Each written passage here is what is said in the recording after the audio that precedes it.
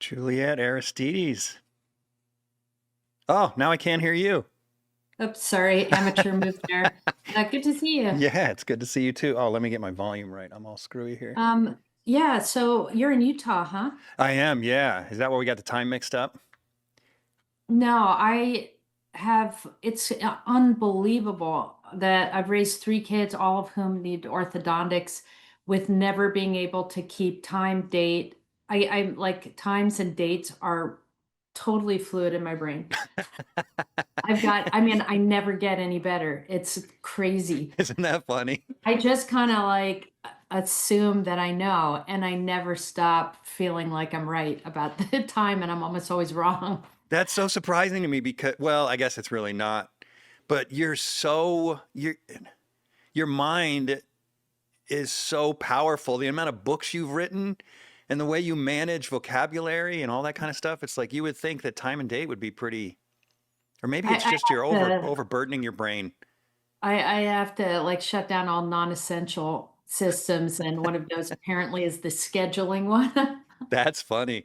Yeah, our brains are weird. I'm like really good with numbers and dates and times, but I suck at words. Like I can't remember names, I can't remember vocabulary. I can't, and which is one of the things I admire about you so much. I mean, I can't get over how many books you've written. Yeah, I can't believe how buff you are, man. Like you're like that's a skill set too, right? You I'm work. hardly buff, but thank you. I appreciate that. Yeah. Yeah, no, I try and stay in decent shape, but I could use some work. Yeah, all of us definitely. Hmm. So when I didn't get through all of Jacob's, I got through 2 hours, 2.5, 2 hours of Yeah, we went one a of, long time, huh? yeah, I can't remember. So hopefully I didn't miss too much Yeah, at the end. we went 2 hours and 40 minutes. He's Yeah, almost a record. Um, yeah, he's amazing. Once he gets going, he just has so much to say, and he's so yeah, casual about it. He's so casual, but he's sneaky because he's super bright, and yeah, so he knows so much, but his delivery is so like casual that you just have to prepare yourself, you know. yeah, yeah. He comes Oh, I off noticed, very intellectual. yeah, I noticed that on his, you showed pictures of his work a Yeah, I'll while. be doing that on yours too. Um, is there any way to put that on after? Because for me, every time I see the work, I'll stop and look at it, and it's gonna I won't do really it mess then. me up. Yeah, I won't do Yeah, it. it's gonna absolutely get in my head. I'll be like, "What? Did I make that decision? That That's what decision?" I would do too. That's too funny. Yeah, Yeah. no, I'll skip that. I'll skip that screen for you, and Oh, that's we'll great. just look at your work together at the end. Okay, that So, sounds great. so tell me, well, first of all, did you hear the part where Jacob talked about you and how much of an impact you had on him and starting the atelier and all that? Yeah, that was so kind. I'm gonna have to write to him and thank him because that was unbelievably generous of him. Yeah, I had no idea. I really didn't. I didn't even know. I mean, I assumed you guys knew each other, but I had no idea you had that connection. Yeah, a lot of people don't for some reason. Yeah, I mean, I don't know why we would. I mean, it would, yeah, but yeah, I mean, the powerhouse group that you had there in those days is so inspiring. Yeah, it was a wild ride, all of that. One of the things that really drove me crazy is you guys probably wouldn't have needed another artist down there anyway, but is discovering that this was happening when I was 50 miles upstate and then came to Utah instead. Oh God, it makes me sick. Like, not that I would have even been accepted in the group, but I mean, You would have, well, I you would have, just appreciate like that. everybody. Yeah. But it's like, oh my gosh, what was I mean, I had no idea. It was just right there, 50 miles away. Do you know what? Thank God we're spared knowing all the things we've missed. Every I op know. that stuff happens. There Mm, were people alive when I was younger that I could have taken the opportunity to reach out to, and I never ever would have thought of it just because you just didn't think of it, you know. yeah. So I can understand, I can relate and understand. So with how it. old were you when you first started studying with Jacob? So let's see. Had already been studying quite a long time. So I was probably 23, When were you and born? What year? I can't say that, Oh, you can, we it's on all your know website, isn't about it? that. Yeah, probably. So just let it out. So I studied, I left high school at 88 at 17 years old, Okay. and I went off to go study right from there. And so I studied, by the time I went to Jacob, I went to college and was it was not the kind of art education I wanted to have, a 3 hour class once a week, alternating with other things, Mm-hmm. weren't going to get any better. And then went off to Barnstone Studios. So I was out there, and an uncle of mine said, "Hey, there's a guy teaching what's called," he said, the golden ratio, golden triangle in Copley, Pennsylvania. It's like, I have no idea what that is, but I want to know what that is. So I moved there Mm-hmm. and studied with him for a year, and then went to PAFA for 3 years, and then went to Minneapolis and studied there at a small studio, and then went to Well, who did you study with at that small studio? Myron Barnstone. Okay. And that was it. He was the first real art. Well, of course, I was 18 by then, or 7, who knows. Mm-hmm. He was the first real art teacher I had been exposed to, and he he believed in it in such a disproportionate way. I mean, think of how impressive it is, because I know you run your own studio. He would have people show up and do the tour and talk them out of being there. He was rude and he would discourage them. And his philosophy was, only the people that can't be discouraged are worth encouraging. So he actually used that line that's like a verbatim. And he only wanted to work with people who he couldn't kind of psychologically break down. And Wow. he was a beast, man. But But once he he chose you, did he lighten up at that point, or did he keep no, working not on at you? all. Like, there's crazy stories that I have about it, but no, he did not at all, because he loved the art more than he loved anything. So for Hmm. him, carrying this thing forward, and he was a modernist by nature. Like, his own work was abstract, and he never showed his work because he didn't think people should. I wonder if I pressed him on it now, knowing what I know, but about artists and their work. But he didn't want people to paint like him Really? Oh, and oh, you froze work for a like, sec. Sorry. You froze for a um, sec. So he didn't want yeah, people to paint like him was the last thing he said. yeah. And so he just wanted, no, he didn't want people to paint like him. And he was interested in he studied at Edinburgh College back in the day. He read a lot of books.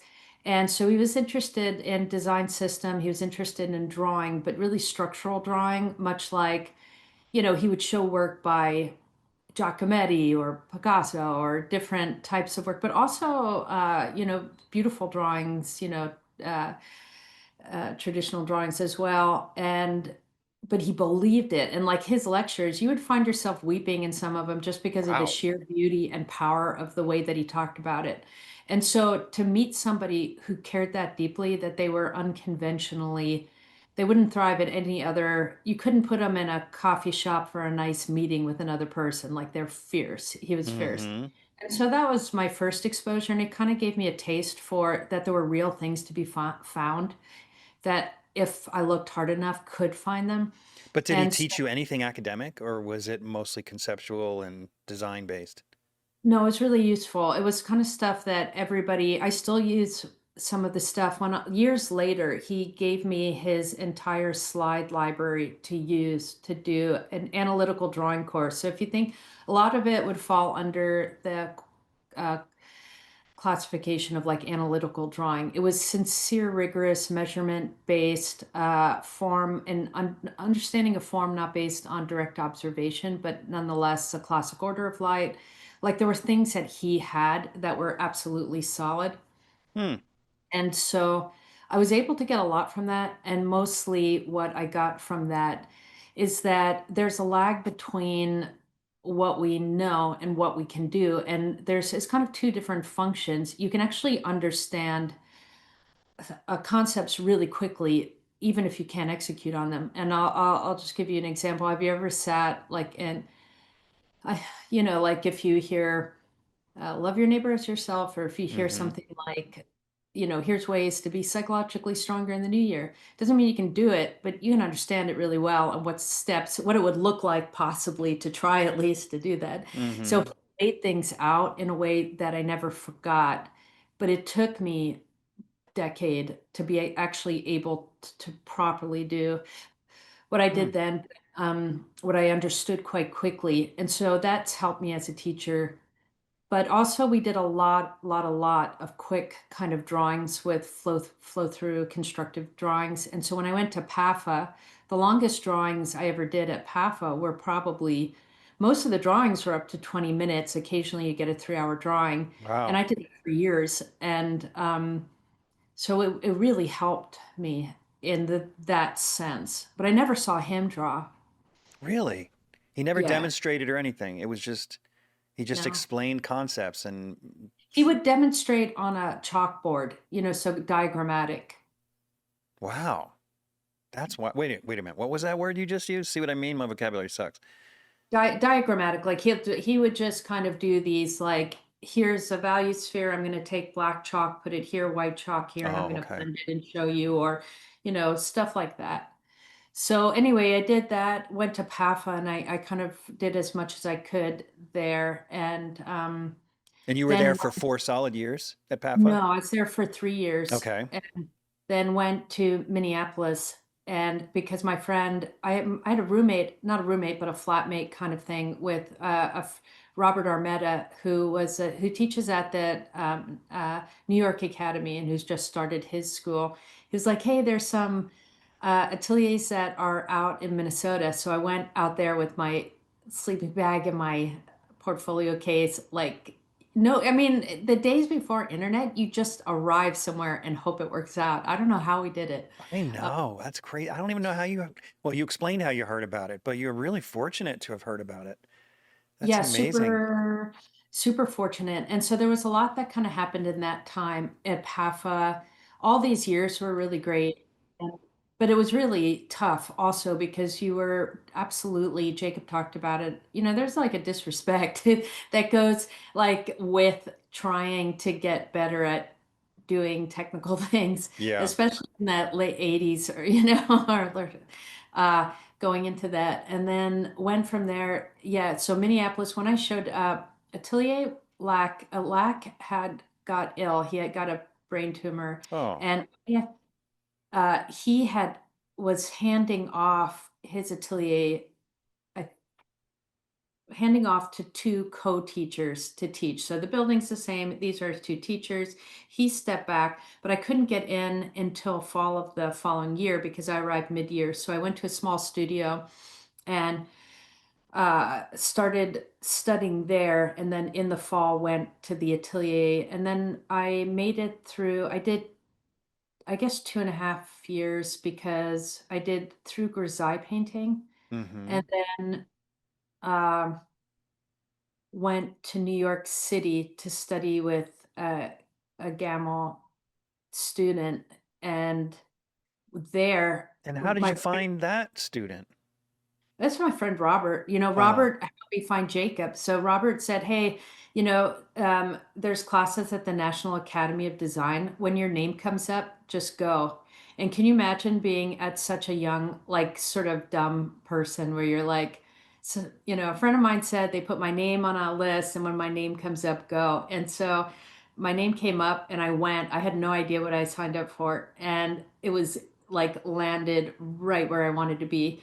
Month-long poses. Jacob set it up. So there were month-long poses, two models, and you would just start at the beginning of the month, draw to the end of the month. Then Wait, you how many close, hours did that equate to? I don't know, Was it like, 8 hours a day, 3 hours a no, I day? think it was 3 hours, and it was up National Academy of Design. And then I was interned a bit in their museum, the time they had a museum, and did some interning. And then from there, worked with Jacob at his studio, Polimas Place, and then Water Street. And so How, oh, I first of all, how had, did you afford to travel all over the country and do all this stuff? And I had, especially I landing in did, New York.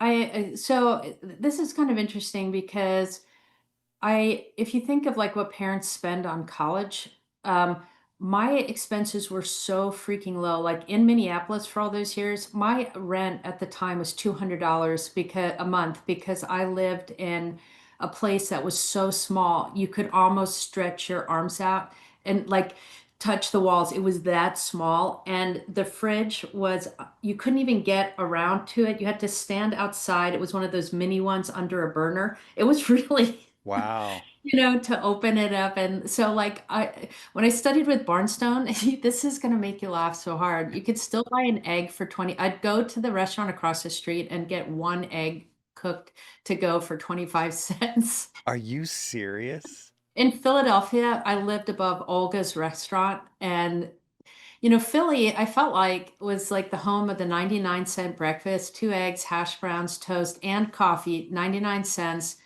I mean, you could smell it all day because my apartment was right above it. And it was not, you're not talking about New York City now. It's not anything like, and I worked Mm. at coffee shops, and um, I was a security guard at a retirement center for a while, like all these things that I do at night or so, it made it work. And Wow. I got help from my, parents, but it wasn't like altogether, all that study probably didn't equate to somebody going to one normal undergrad. Really? And S- Jacob is super affordable. Like he was so like kind about, how people about fees and all that. So Yeah. So did you ever get a chance to actually study with Richard Lack, or did he recover? no, I didn't. Oh, But interesting, I got to talk to him, and his wife sent me a box of his books when he died. So I have in my library a shelf of Richard Lack's books. And so wait. Well, why would she send them to you when you weren't even one of his students? um I think doing the books meant something. And because I was following in his kind of footsteps, I really was in his tradition. Yeah. And Wow, it that's was his quite flattering. studio. Yeah. And they remembered me. Like she still, like if I called her today, she remembers me from that time, which is amazing because she's in her like not, like she's not young. Hmm. And so I don't know why but I'm lucky, feel Yeah. lucky. Well, she must have seen your potential in paying it forward. Mhm. Yeah. So, what do you feel like with all those different places was the most valuable thing that you took from them? Or what are a few of the most valuable things that you use in your own atelier now? I I would say it's a tough question because you could look at it from a number of different angles. Yeah. It overall there's a lot in there. I don't know, like I'd need time to really think and distill down, Yeah. but I what I gained if each one of those experiences I started from the beginning. Every time I switched schools, I started from cast drawing. So if you think I started from drawing over and over and over again. So if you imagine do 1 year, 2 years, 3 years, start over again from the beginning, 1 year, 2 years, 3 years, start over from the beginning. Um, so for me, that gave me an understanding of the fundamentals. And like in a way, the books came from that experience of trying to understand things as hard and deep and wide as I possibly could, and wanting to record it because who knows if it was going to last. Nobody at that time thought this thing was going to continue on or flourish in any way. You would have no reason to suspect that. Hmm. And so when I did the first book, the publishers considered it they thought it was gonna be a niche audience, and it turned out not to be, and so because, it was it swam upstream, so to speak. So I guess in terms of students, how it impacts is I've got a very systematic understanding. I can do it I understand it from every angle as much as I could. It's not like I'm never learning new things with regard to drawing, but whatever. Yeah. There's always something to know. And so I'm a big believer in the just the power of hard work and sincere work, and that's what I think if I could distill it down, although that seems somehow insufficient. Well, yeah, I am putting you sort of on the spot. That is a tough question because you probably have applied a lot of stuff to your school. So Jacob at one point said that you came to him with so much knowledge that really helped him. And I'm kind of curious. I mean, maybe this is a better question for him, but what do you feel like you gained in the previous schools that were helpful for you when you did arrive in New York City? I've been doing Jeff's online mentorship program for about a year now, and it is awesome. Everything is online, super streamlined. If you can be there, I mean, you have the ability to talk to him once a week and he can review your work and help you. If you can't be there, it's pre-recorded. You can go back and even re-watch things if you missed something during class or couldn't be there. So the online portion of it is almost better than real life because you can always go back to it, which is awesome. The demos are recorded. It's just like all available whenever you need it. And I'm a stay-at-home mom of 4 and my time is limited and it's also very interrupted. And so to be able to go back has been clutch for me. And you get to work with Jeff HEIN, who's awesome. He's tough. The assignments are simple, but difficult, and they're difficult to make us all better. And he's able to give us these assignments, coach us through it, help us stay excited to progress. And so it's just been a great experience. I am so grateful that he has been willing to take time away from his own art to offer all of us to have it. So if you're thinking about doing it, it's amazing.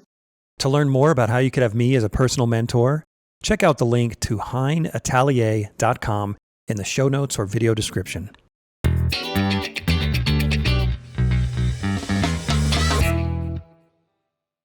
I knew what I wanted. I knew what I was looking for, just this like one of the things we had in those days is because, every like aspect of adversity that you would think of with isolation and difficulty of getting access to information and being kind of outside the in an unpopular art form and something that seemed archaic and kind of ridiculous at the time was nobody found it by accident.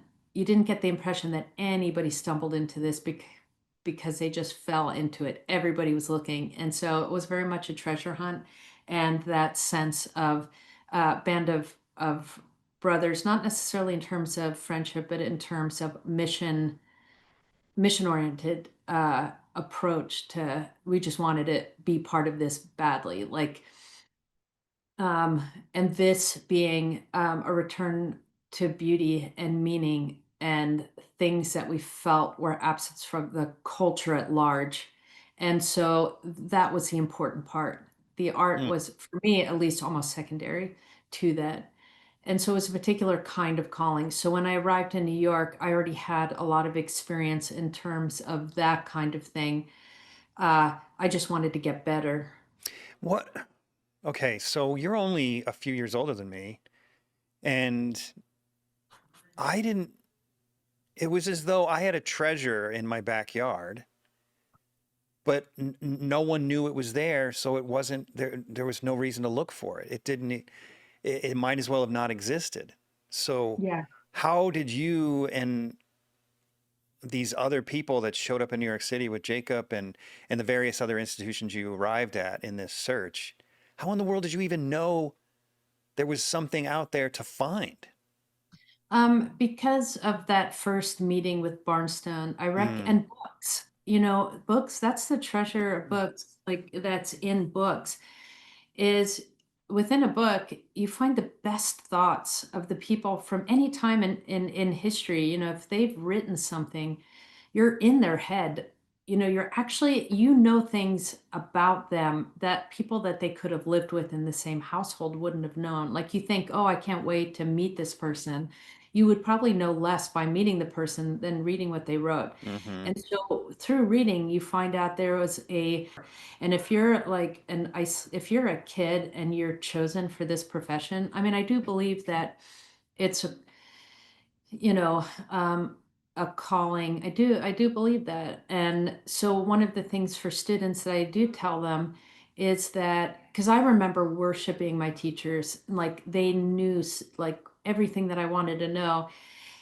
And to the point that you can forget that they don't control the narrative of art, like art is bigger than any one of us. And where it starts is you being a little kid and noticing something for the first time and just realizing, hey, I'm the only person seeming to be like looking at this as deriving so much pleasure from something that I'm seeing, or finding comfort or a sense of kinship or friendship where nothing else seems to make any sense. And that is actually seems to be more a prime mover for artists. And then all the education that comes after it. So artists and writers and poets and probably architects and great chefs and whoever, it's a spirit of a person they're all kind of a similar Mm-hmm.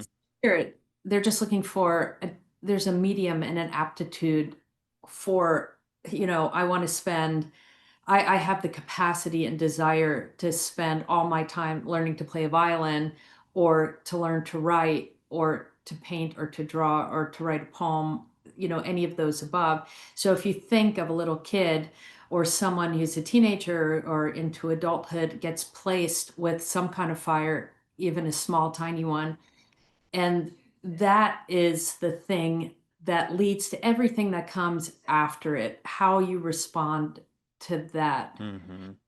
Um, it's maybe an absence of something or a dislocation. I think it always accompanies a dislocation from the place that you're in. You have an unnatural ability to observe an environment while not quite being in it. Mm-hmm. Mm-hmm. And so so actually you can learn more about the artist's temperament and ways of moving in the world by reading Flaubert's letters than you might be from reading an artist's letters, because Flaubert was more articulate, that Mm-hmm. kind of thing. So then you realize that there's something more to the world. You're almost seeing something a little bit that you're feeling or sensing something not quite there, and your job is to manifest it in some way. And that sounds kind of sounds kind of vague, but that's how anything is born. Like even if you have a gift for landscape architecture and you come to my yard, you'll be like, oh my gosh, can she not see this wasteland of a backyard? So easily this can be transformed. It's because they're able to experience with a sort of pain that I can't, the missed opportunity of the garden Yeah. and the potential to fill it in. And so in a way they're operating in a different kind of thing. And artists respond to that negatively and positively in terms of how the work that they put out into the world. So anyway, sorry. Wait a minute. Can you expound on that? What do you mean that artists respond to it negatively and positively? I'm not sure I follow. Um, so let's take Flaubert as an example. Here's someone who really, really was feeling the loss of human connection in the time he was living in. So if we look back and we say 19th century England or France or wherever at that time, it was so quaint back then, they don't know anything about modern life. Well, the things that we're seeing writ large, the really sensitive spirits back then already saw coming into existence. Um, that sense of so much of life being reduced to a cash relationship, the loss, he said the chasm of one human heart to another is so wide that the distance of 1,000 miles is nothing by comparison. Hmm. So we think we're the only ones in the world to have experienced loneliness. Well, he saw it first.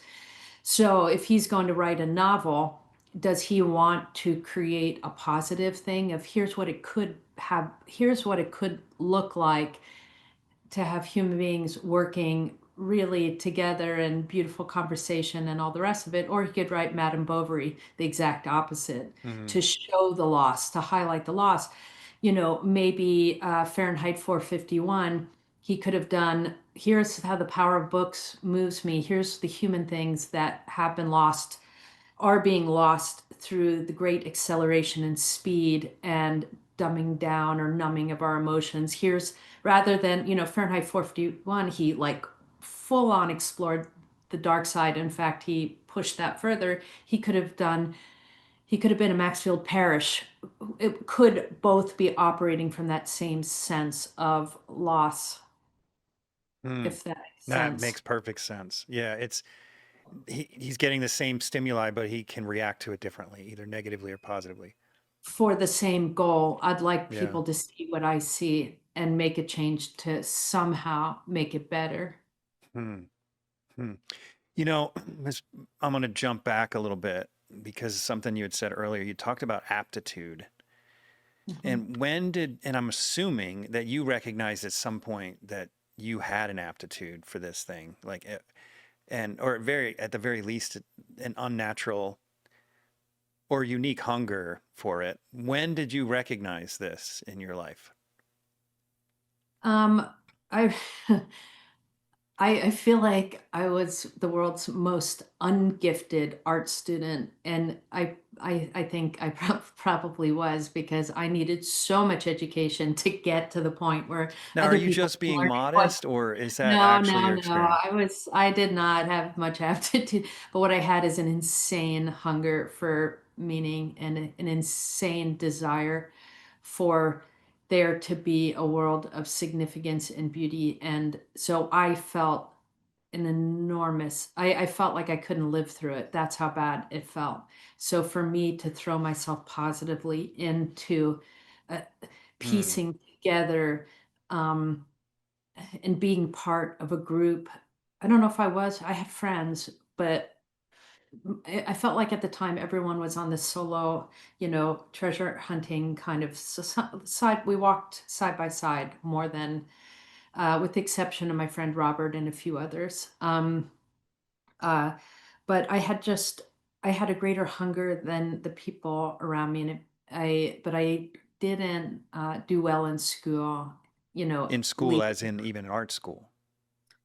Well, I was never like, I would never have considered myself top of the class in any, there was always people I looked up to, let's just put it that way. And I was never good K through 12. I was an abomination. Like Really, with all of your writing ability and stuff, you weren't a good student. I, like my school gave me permission to spend most of my senior year in the woods writing my feelings and thoughts down in a That's notebook just amazing. as long as I didn't come back. And they gave me a certificate for it. They let me That's a graduate. true story. True, This is true, your high school. high school. I was never Why going did they do back. that? They Um, must have seen potential in you to just let you do that. no, they did not want an anxiety-ridden artist wearing all black with half their head Were you shaved. you were one of those Like, gothic kids back then? yeah, yeah. And I made Yeah, like we're the typical, same and generation. I remember your type. yeah, yeah. They just like, the farther you are, like you can do Really? anything you want as long as you're not doing it here. Yes, and That so. I'm having a really hard time believing this. This is absolutely true. What the heck? That is So, but crazy. if you think about it, like the way that I like to understand things Yeah, is that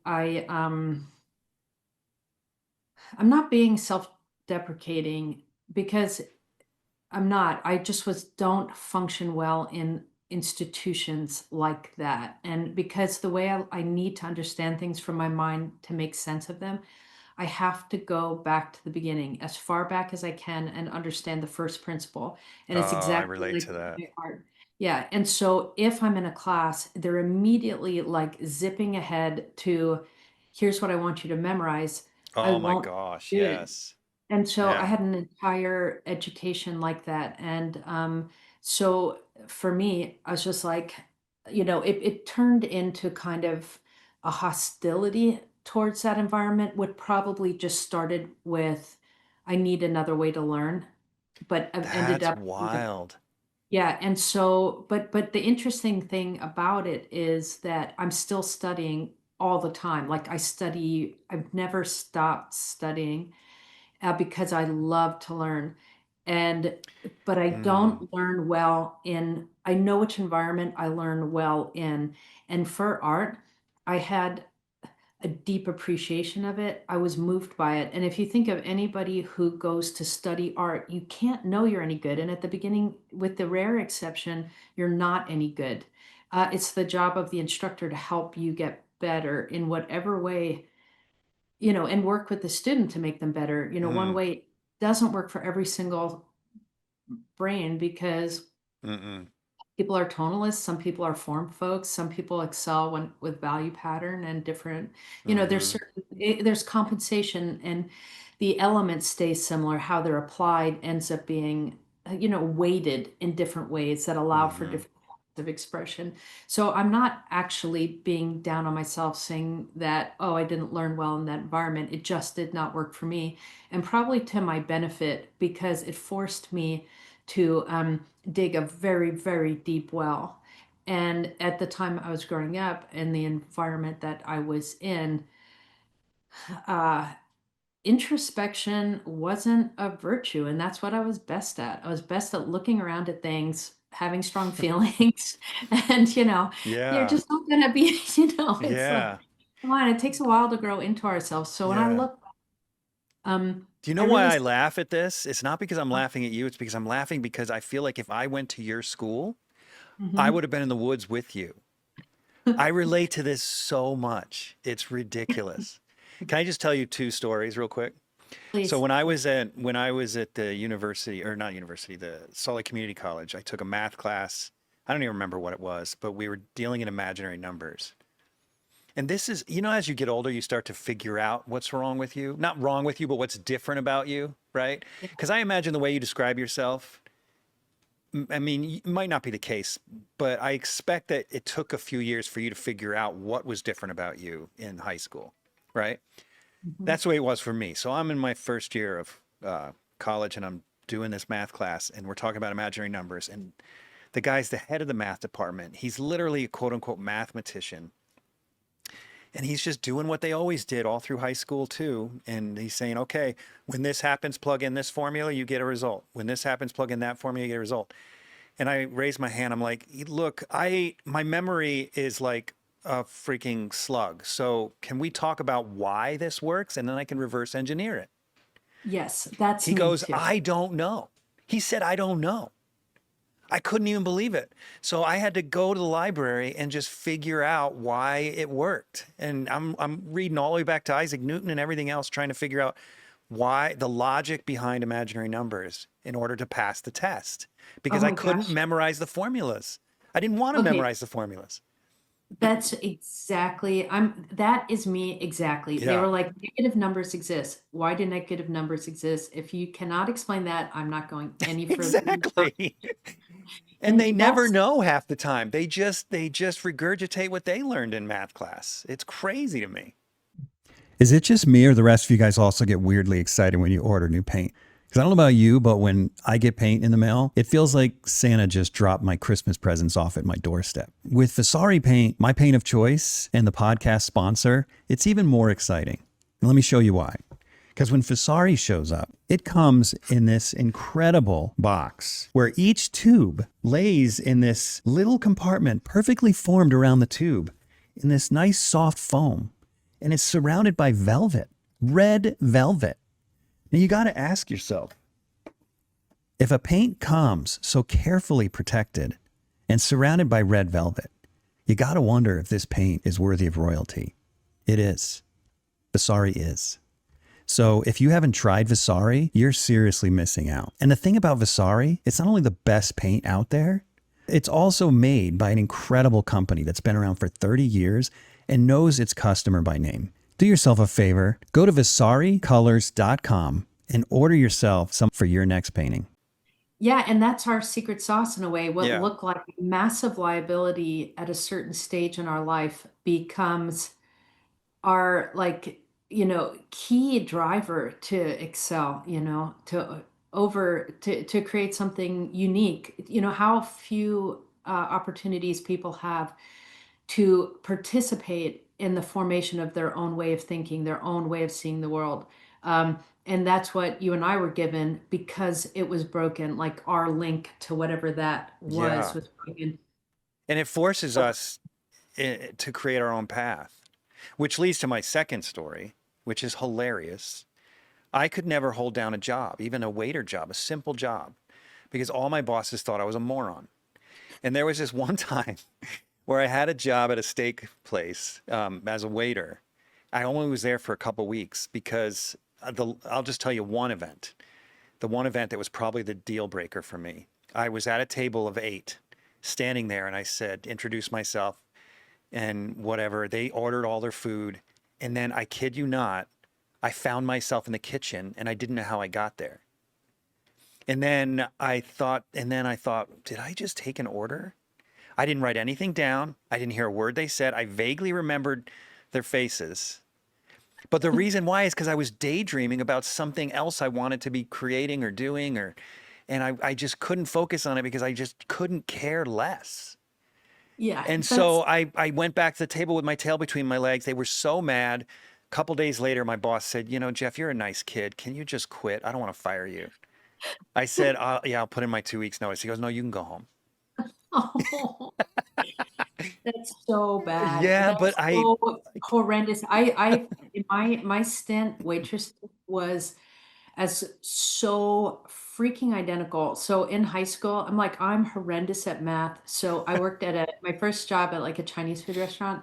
I'm like, I'm so bad at math, but I should really strengthen that muscle. So instead of using the register to ring up people's tabs, get their cash and make change, I was going to do it in my head in real time in hopes that it would make me better. uh-huh. And instead you get that like flashcard and you're like, wrong chain, like I'm just gonna wing it. And yeah, so the same. Oh man, it's too funny. Yeah, that's interesting. A lot So, of artists are like that. And so when I yeah. do interviews for my people I can find my people really easily. If they show up the wrong date, the wrong time, they forget their pencil to take notes, they lose a card I give them to call me later. There's no other questions. You are part of my team. We are all the perfect kind of special needs. That is too funny.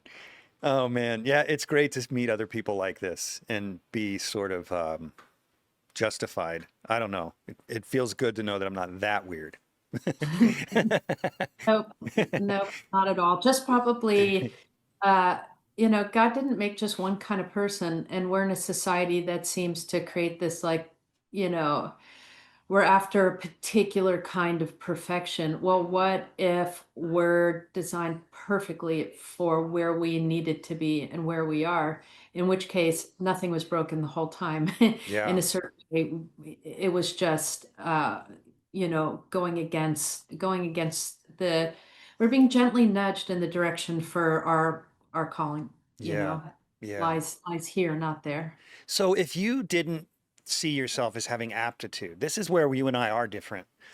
If you didn't see your, I would say I'll reassess that. I was drawing all the time and I loved it. It wasn't until I wouldn't say that was true in high school. It was true when I started formally studying, and all of a sudden, heavens and earth were laid bare for me, and I could see. At that point, if you're studying, there's some secret hope that you could be Da Vinci, like deep, deep, deep down. But didn't have aptitude, I wouldn't have thought of it like that. I worked really, really hard.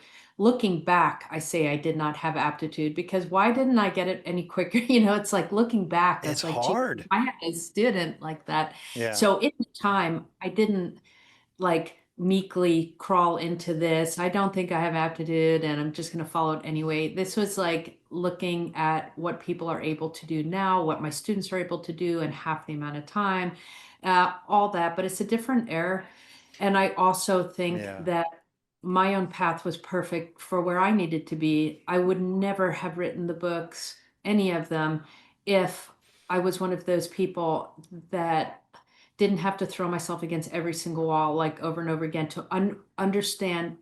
I needed to understand the why of hmm, why straight lines, Why curved lines? Why not one or the other? Why do you need shadow in art if the goal of being a human being is to be filled with light? Like I tried every lens I could think of on this stuff, plus, Wow, you even were looking at philosophical questions around art. I'm still studying philosophy and yeah, like I have a philosophy teacher. We dive into things, you know. Really? Yeah, Dude, and you are so hardcore. That's amazing. yeah, it's just it actually directly relates to all this stuff we were talking about. I have a deep desire. Uh, Doesn't philosophy though? Well, I mean, I'm hardly educated in philosophy. I listen to some podcasts fairly regularly about it, but it's hardly enough to call myself educated in it. But it always kind of leaves me feeling like it's always open ended. There is no absolute in philosophy. Yeah, that's really true. So if you think of it from what I understand, that philosophy was meant, you know, it was from the time of Plato to be in conversation, not written down, but in conversation, dialectic with other people, where you're arguing and you're talking about things with kind of have difference of opinion, but a good-natured attempt to uncover the truth. And what you find is that what starts as a very, very simple question at the beginning quickly unravels and expands. And so you could say, because this sort of certitude that we had going into a question was going to have a really pat answer, and the minute we begin to unravel it and it start to lose control of it, and then end with perhaps nothing in the end, that nothing was gained. And that's where the would be, I would think, a wrong conclusion, because in looking at it, the subject kind of tessellates and unfolds and expands, and you understand so much more about it. And the reason I like it is because it's so much like art. For me, the study of art isn't a quest for certitude in any way. In fact, you know, the thing I love about art is all the questions of it. I thought that this cup, I can see it in 1/100th of a millisecond and know exactly what it is. Now sit in front of it with a pencil. Hours later, you know less about, you're less certain, you know, because the light's Hmm. changing on it and the colors are shifting on it. And at the beginning, you saw no color at all. And it becomes infinitely bigger. You become less certain. But the best case scenario is at the end of that, a sense of awe, a sense of being part of something so much bigger than we are right now. And Hmm. that to me is a meaningful life. I guess I was never interested in art as a product, and I was only ever interested in it as, I don't know, an experience sounds really wrong. I just want to be part of that conversation around people who are living life that way. Hmm. How do you connect art to all these other endeavors? I mean, particularly philosophy. How, because it seems connected to you. It seems like you're kind of rolling it all into one package. Yeah, I do it.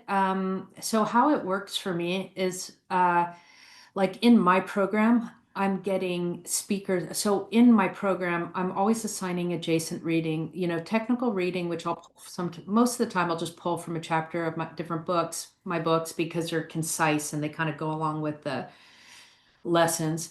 But I'll always have like different readings that tie the same concept to life. So, for example, I don't have this particular reading in this section, but say we're doing form drawing, I could put the book, the Japanese architecture book, In Praise of Shadows. Why in architecture and in life is the idea of shadow? I had a What? psychologist talking about um, not a purely Jungian idea of the shadow, but how do we deal with darkness on an emotional level? Do we hide it? How do you integrate really hard things? And then I'll have a poem and then we'll discuss Wow. it. And so they're reading about it, they're thinking about it, and then I'll bring speakers in. So we'll be studying a sense of, you know, we look at sight as being so solid. We don't realize sight itself is super collaborative. It is not flat. It is not a flat experience. Um, the field of vision, the focal point in our field of vision is really, really small. And what we focus on, what gains in importance, is where we focus our fovea for, and everything else becomes periphery. So I'd have a neurobiologist come in who teaches at a university to talk about these things. And then we could talk about the role of What? I want to come to your school. yeah, the role of Holy cow. how does uncertainty itself expand us? Why does uncertainty drive us crazy? You Hmm. know, like, and so so my goal is when people leave, I'm basically having the conversations I want to have in it because I've been doing the technical part of it for over 30 years. I'm interested in some of the other stuff now. Hmm. You know, So is this something not you sort of rolled in over time? It's evolved. well, when I was a kid, studied, I got my first philosophy book as a teenager, and it was just the writings of Rousseau. And he was so bitchy that I could so totally relate to it. I'm like, yeah, me and him, like together, we hate everybody, you know? And so I wasn't attracted to it on an intellectual level. I was attracted to it like here are people who are out of sync with where they live and who they're out of sync and they're looking around.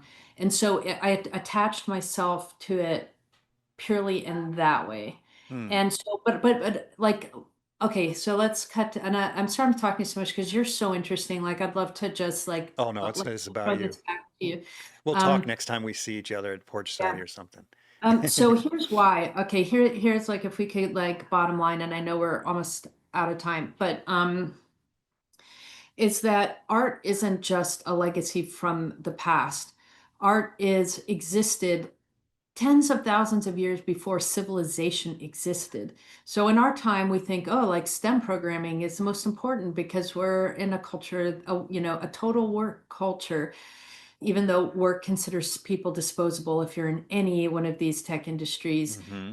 So we're in a self-actualization, marketability, all the rest of it, kind of culture shifting people this way. But if you look and art becomes something nice to do on the side if you retire early or if you're a child under the age of 7 kind of thing. Um, and so, but if you think how fundamental creating something with your own hands is to what it means to be a human being alive in the world, and you look at this that's slowly being, not slowly, pushed outside the realm of an average human life, this sense of my hands come alive and I know something about the world now, my sense of participation, even in the engagement with an original thought comes from asking these kind of questions and working, the slowing, you know, Jacob talked about it so well, that fumbling difficulty actually causes us to think differently.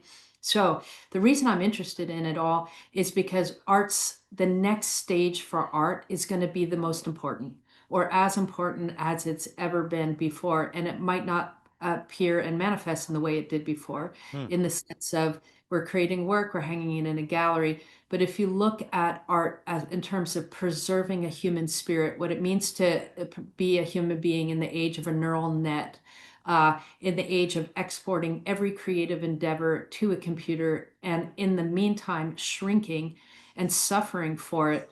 You know, art has a role to play. So anyway, I'm doing all this mad research in hopes of keeping something alive, and it's not just the skill. It's, you know, anyway, Wow, that's dude, this a is lot. heavy. Yeah. Well, so you'd mentioned the time. How are we doing on time? How are you doing on time? I can't remember. Yeah, I think we're almost there. I deeply appreciate it. Well, we haven't even looked at your work yet. Do you have a little bit of time to look at your work? Yeah. Okay, okay. So let's do that. I mean, it's really up to you. Let's see. Is Instagram or your website better? Man, do I have good news for all of you guys. We are now being sponsored by Winsor Newton. That's right, Winsor Newton. The Winsor Newton. You're probably asking yourselves, how is this good for us? I'll tell you why it's good for you, because you freaking love this podcast. And if it's good for me as the host, it's good for you because I can keep bringing you more and more episodes with their generous funding. So you're welcome from them and from me. So if you haven't heard of Winsor Newton, you're kind of living under a rock because they've been around forever. Let me show you something. You see these two old farts right here? They founded Winsor Newton back in 1832. That's like 50 years younger than the United States of America. Now, I realize for all of you Asians and Europeans and Africans and so on, that's nothing to you guys. But to us, that's freaking old. That's a long time, almost 200 years.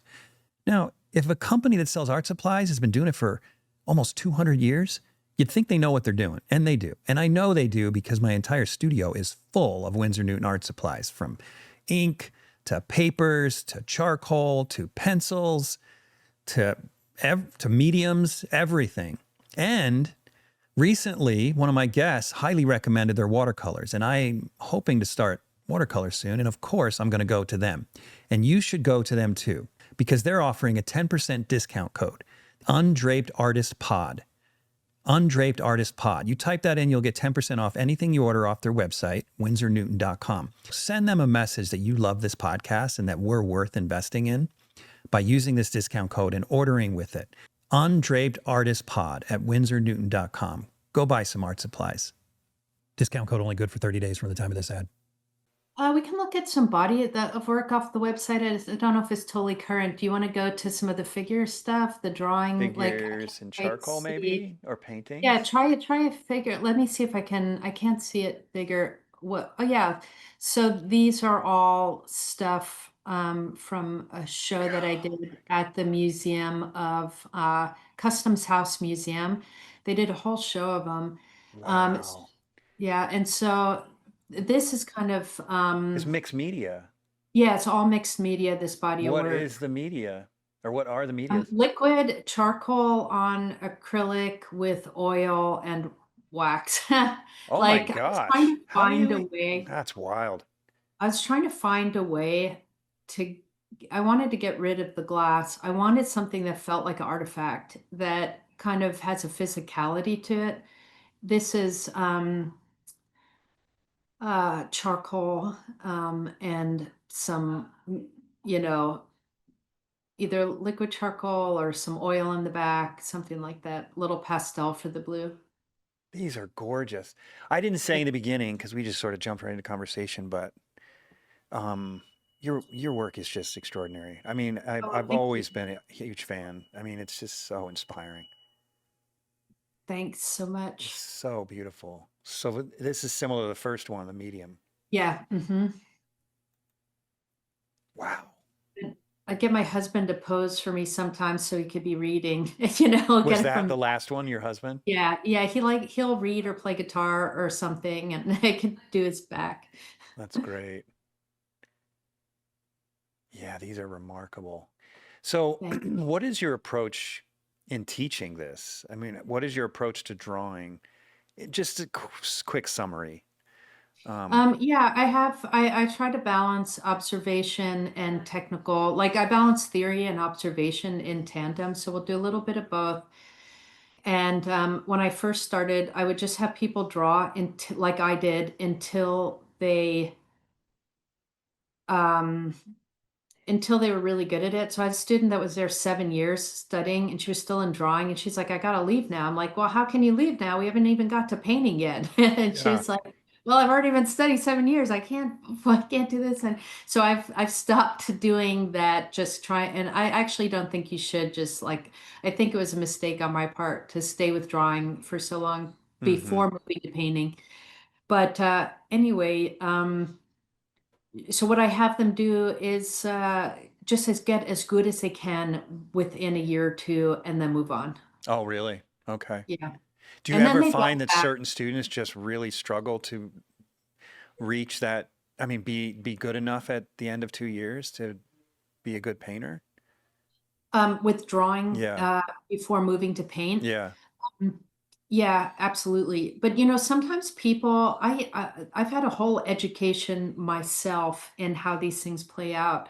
Uh, I used to make a quick judgment call about who would get good in what amount of time, and I've been proven wrong so many times that I don't even try that anymore. Hmm. Because every time someone tries starts a painting, they start from drawing, they do the drawing, and then they paint, And so in a way, even though you're moving on from direct drawing, you're continuing to practice those block-ins and get better at proportion and so on and so forth. Occasionally students will study for 5 years, some 6, but most of the time you can get a lot within the first bunch of years. Yeah.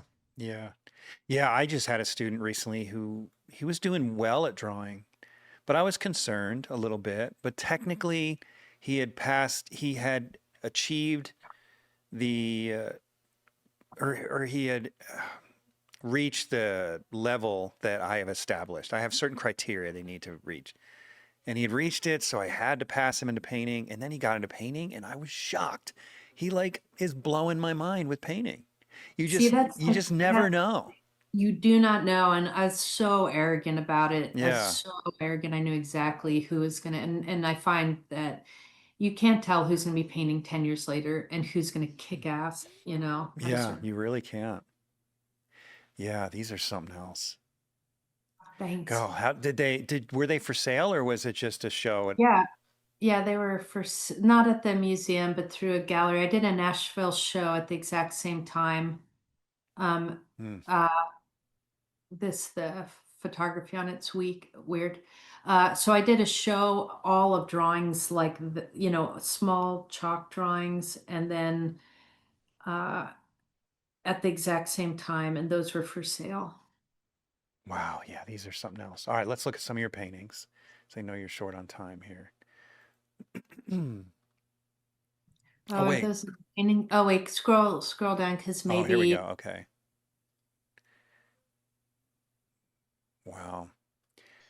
Yeah, these are something I don't even know where to start. What are some of your favorites that we can click on? Well, I want to see Um, this one because I'm obviously that's interested in this subject. in Rivera. Yeah, that's beautiful. Yeah, thanks. Yeah, that was one of my students at the time. So I do like different series of works, and so I did that one. I was did a few that around the idea of hear no evil, see no evil, speak no evil. And this one, I did the one of him whispering in the ear. The guy's whispering in his ear, and I put a little self-portrait with my family on the far left behind the guy pulling. Is Yeah, this like you right here? yeah, Haha, at the that's and cool. yeah, so it was just kind of fun to play around with some of those ideas. Do you generally work from life? Yeah, all these are done from life. Um, that's my sister-in-law post breast cancer. Oh, she doing I did, okay? yeah. Good. That the photography on it isn't great. It's better than that painting is a nice painting. Yeah, Well, it looks beautiful there, but I get that. thanks. And you work in Um, layers, it looks like. yeah. Mm-hmm. So those are so hard to photograph. Yeah. They really are. Some of the photography I did myself and some from others. So I would just,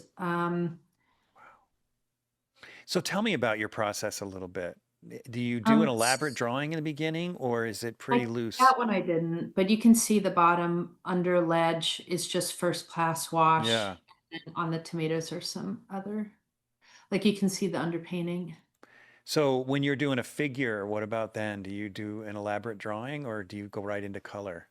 That's a super early work. At the beginning, I always did a drawing enlarged transfer, underpainting, overpainting, and then over time now I don't. I just will often draw on the canvas, or yeah, draw on the canvas or transfer. Hmm. Yeah. All Oh my yeah. gosh, this is so pretty. That What's one I took the background from an Anagoni Destruction of Florence ink drawing. really? Yeah, Yeah, that's because gorgeous. yeah, thanks. Yeah, those were beautiful drawings, the ink ones. You obviously have, there's a lot of classical training in your paintings, but you also have a very contemporary quality to them, which is really nice. Thanks. Sometimes I can't even put my finger on it, but they just don't look like another still life, you know? Yeah.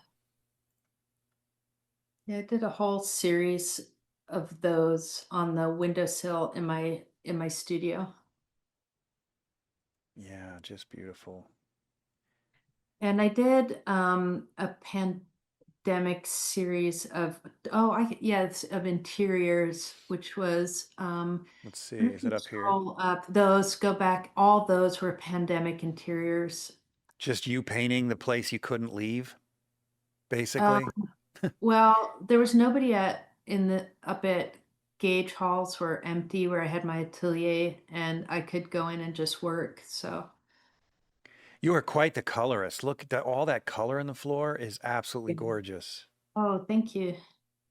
Just beautiful. And then you leave washes in sometimes unusual places. I wouldn't have expected that, but it works so well. Thanks. How do you decide on something like that? I mean, that's not particularly predictable. Yeah, I'm not sure. I like there's a fair amount of instinct in these things. Yeah, I that's a good used point. I used to not um I used to not leave anything to chance. And now I'm realizing that apparently 90 plus percent of our understanding of the world and it is in the realm of emotion and intuition, and the smallest percentage is in our rational understanding. And by not allowing room for that, Mm-hmm.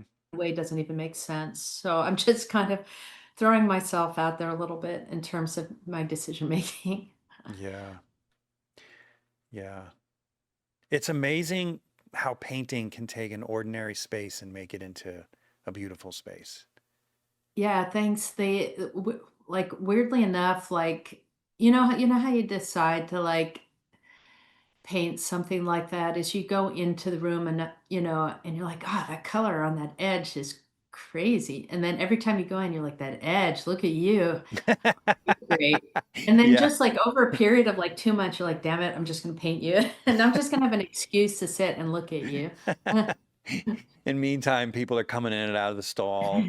Yeah, exactly. Yeah, that's exactly what it was. That's funny. Well, this has been such a pleasure, and I appreciate you doing it on short notice too. Yeah, thank you so much. A total honor, and I look forward to hanging out and getting to talk art in person one of these days. Yeah, that would be amazing. That would be amazing. And if I was younger and didn't have kids in a home in Utah, I'd come to your school myself. It sounds amazing. Well, if you came to my school, it'd be as a teacher, Well, and that's nice of you. That's yeah, nice of you, but I'd still want to absolutely. pick your brain. Well, Yeah, hey, so where can people find your books? I have all of your books, I think. Where can you people have the find new them? one. Do you have Which is the new one? the inner life of the artist? No, I don't. I didn't know you had Can that one. can we pause for a minute? Absolutely. This is the new book, The Inner Life of the Artist, and it's really a case for um why what we read, create, think about, uh, how it matters, how it makes a difference. And so it's just with a lot of, um, it's essays and some ways of kind of cultivating our inner life, kind of food for us, for the artist in some way. Mm, I'm definitely And going to pick that one up. And I'm going to yeah, pull up on the monitor your website. On your website, aristides.com, there's a there's section for art. books, Yeah. shop books.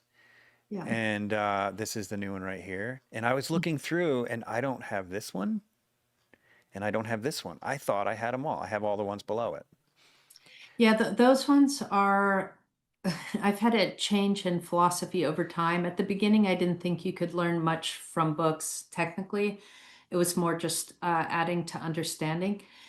And once I started, now seeing the need for drawing in terms how it links to seeing and appreciation in one's own life. The book, not this one, but the beginning drawing atelier, the other one, that one was really designed to be able to hit people with no drawing background and Mm, to give them the first, you know how like the minute you get that thrill of excitement when you're able to see something that you didn't see for the first time. I was trying to do that, like for people who didn't have any background. It's used by teachers and others. And then the other one, the figure drawing one, is also a workbook, and that came. Both of those, the genesis of that is us flying to Europe and I get so bored. I made a notebook for myself with master copies on the one side so that I could sketch, like do some master copy work around different ideas, anatomy and other things. And so I essentially did like a grown-up activity book around art stuff so people can draw right in here. Mm. They're hardback. They're really They beautifully draw done. right inside the book? Yeah, in fact, it was such a hard sell to the publisher because she could not understand, like, you're what? They're going to ruin the book. I'm like, the book is going to be more valuable at the Mm. end of it by the That time is you've done smart. the drawings. Yeah. You know, I just had my 51st birthday, and I know for people who, Congratulations. oh, thanks.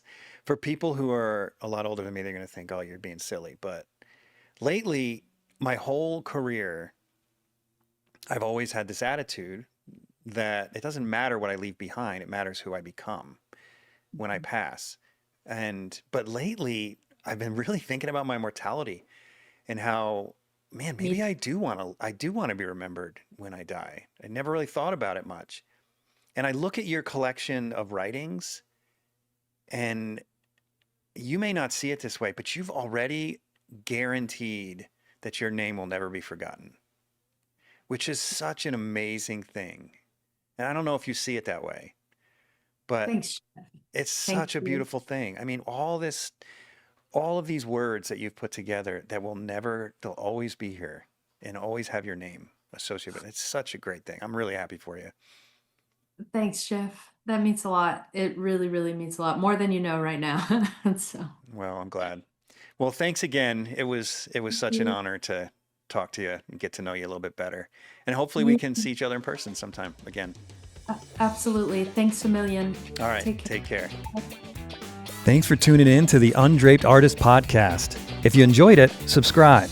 And if you could, leave a comment or review. That really helps the channel. Please share the show with your friends, and if you're feeling generous, consider a monthly donation at theundrapedartist.com. Thanks again for watching. We'll see you next week.